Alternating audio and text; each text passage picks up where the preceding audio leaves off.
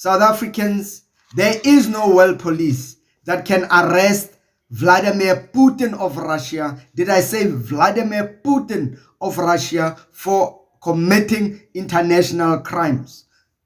Even if he has to be held accountable for war crimes and crimes against humanity. On the one hand, for example, we have the International Criminal Court, the ICC. Now, this court, I must say, is a court which exists as a result of a political compromise in the world. Unfortunately, the problem with this court is that it is a court that works on the basis of complementarity.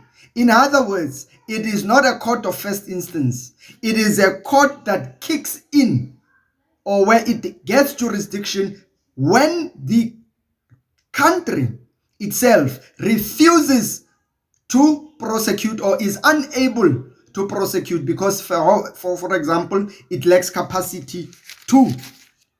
Therefore, I must say this. If there are war crimes, crimes against humanity committed by President Vladimir Putin, it becomes the responsibility of the Russian Federation to ensure that he is prosecuted for those crimes. Unfortunately, Russia is not part of the ICC. And even if Russia was not part of the ICC, the UN Security Council could refer the matter to the International Criminal Court. However, Russia sits with the veto power. In other words, Russia can stop the referral of the matter to the ICC. The only other option is to rely on the concept of universal jurisdiction.